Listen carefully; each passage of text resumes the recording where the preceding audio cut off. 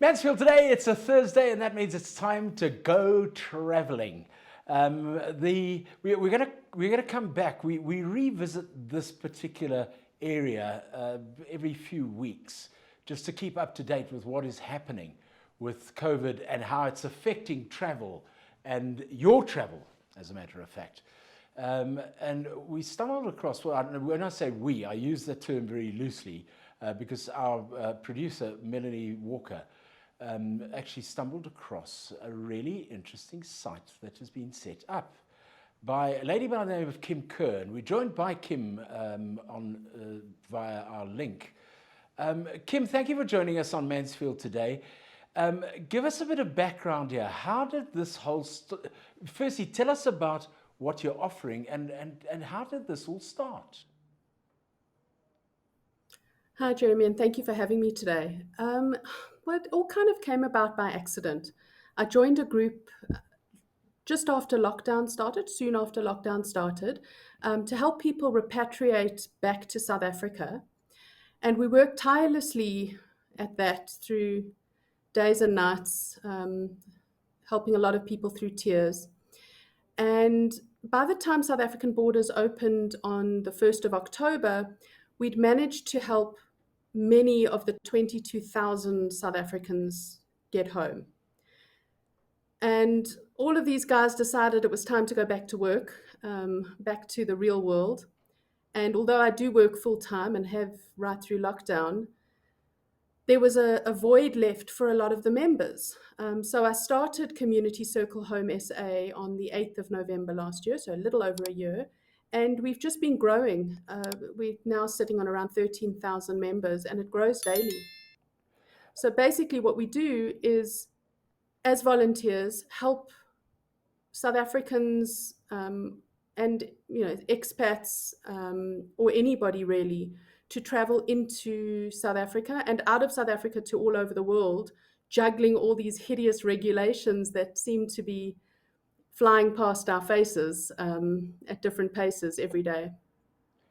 Let's go back to when you first started. There must have been some absolutely horrific stories that you guys were hearing, because people were trapped due to various circumstances in other countries and literally couldn't get home, couldn't get back to their families. There must have been some terribly tragic stories that were there. Incredibly. I can't begin to even explain some of these stories. The heart-wrenching, gut-wrenching stories.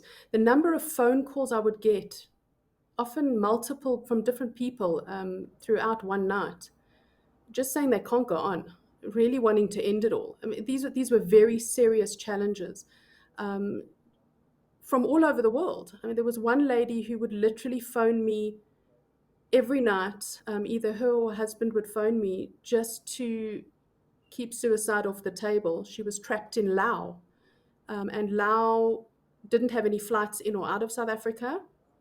And also Vietnam next door wouldn't let them in because of COVID. So they were pretty much trapped. But there's stories from all over the world. There's horrific stories and people trapped in jails, people, all over the world, and for all different reasons. And some of them are more kind of catchy, when you hear of these horrific stories, but it doesn't minimize at all the more mild stories of somebody just desperately wanting to see their child or desperately needing to be there for the birth of a baby. Father, for example. It invalidates their story to put more importance on the stories that are more newsworthy. Mm. Yeah, and also, from a personal point of view, if you are trapped in another country for whatever reason, it is a pretty intensely personal place to be for your own reasons, and everyone has their own reasons for wanting to be back home, whether it's a sick mother or just missing your own family or not having any friends around that you can talk to. So I see exactly where you're coming from.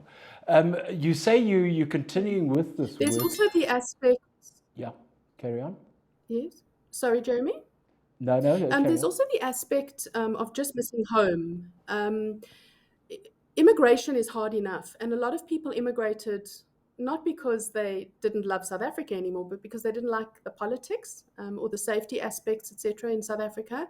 And leaving was made easier by the fact that the world is very small. You can hop on a plane and feel South African soil and touch South African hands at any given moment.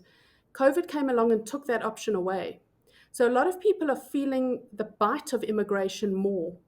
And I'm also seeing a lot of people, actually throughout lockdown, I saw a lot of people who immigrated either back to South Africa or who left South Africa under duress. So they lost their jobs and they had to leave.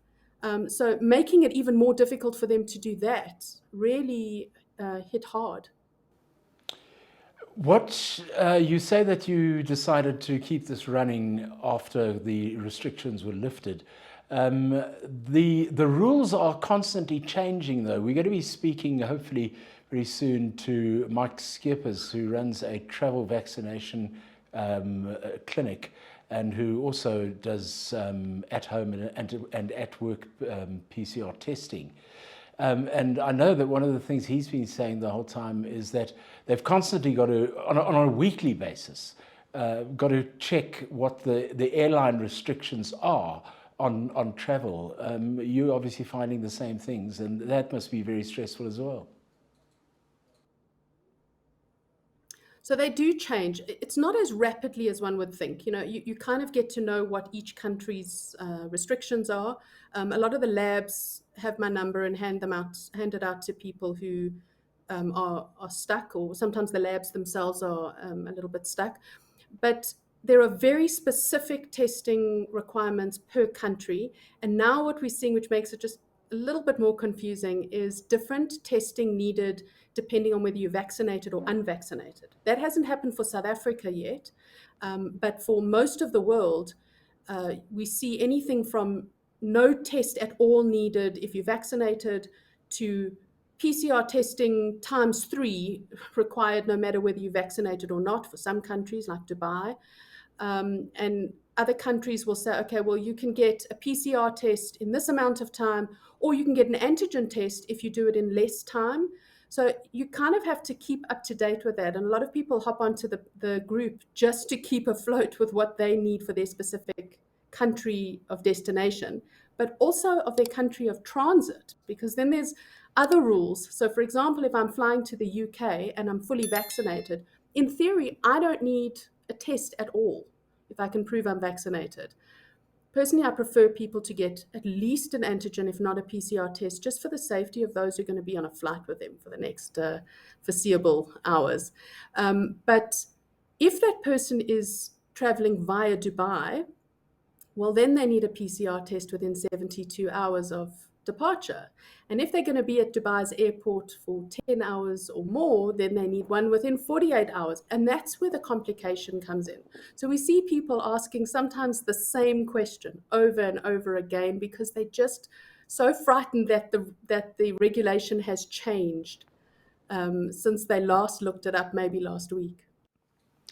Kim, if people are wanting to get hold of you, what is there a website they can go to?